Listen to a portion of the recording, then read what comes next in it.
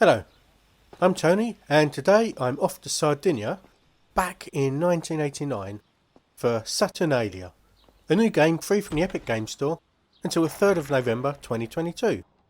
It's a survival horror with a very unique look, and a couple of problems. Let's talk about it. First off, a warning to people thinking of playing the game. There's a pretty serious trigger warning right at the beginning. If you might be affected by them, this likely isn't the game for you.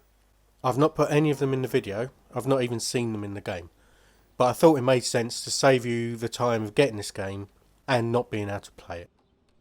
Right, on to the review. As you can see from the footage playing, Saturnalia has a very distinct art style, reminding me mostly of the Take On Me video by Aha. It was big when hairstyles were also big. The game is you playing multiple people, all seemingly trapped in a small Sardinian town during a festival, with a monster on the loose. That isn't a spoiler, by the way. The monster is shown in the first cutscene.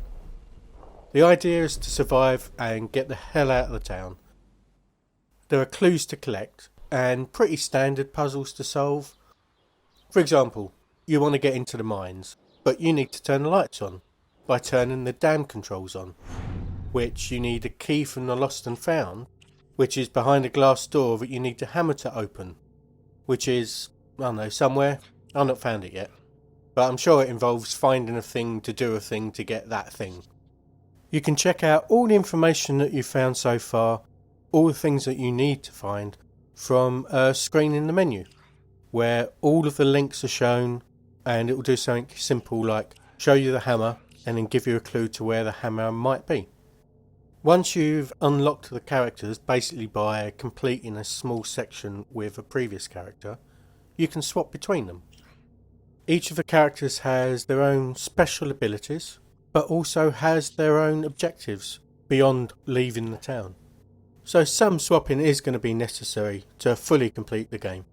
If any of them get taken by the monster, apparently, I've not done it yet, there's a way to get them back. You can go and rescue them somehow.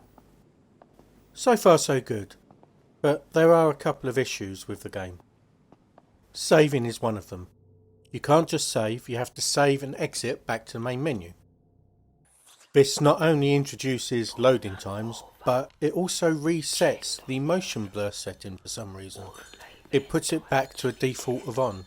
So each time I had to go back into the options and switch it to off. I'm not sure if the developers were trying to choose between autosave checkpoints and no actual saving, or free saving, but this halfway house doesn't quite work. It just adds an unnecessary delay to the game. Navigation around the town is also a little bit of an issue. It's pretty difficult to find your way, particularly when you're running away from the monster. Because everything is dark and often lit by a match, and the art style is beautiful and the animations are great, but everything's quite indistinct. It really impacts your ability to understand the environment around you, to find interactable objects and distinguish them from shadows. You also can't really learn the layout of the town between games because it resets. You start a new game, the town is randomised, and you will be starting a new game because there's a lot to find out and a lot of mistakes to make.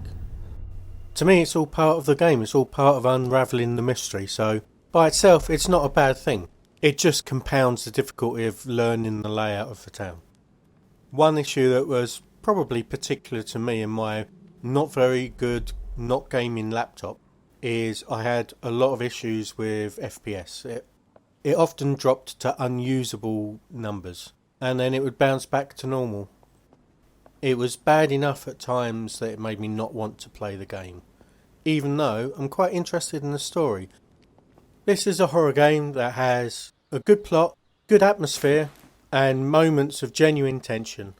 It's just the experience is marred a little by the difficulty navigating and irritation with minor issues that really should have been sorted out. The performance issues won't be a problem for a lot of people.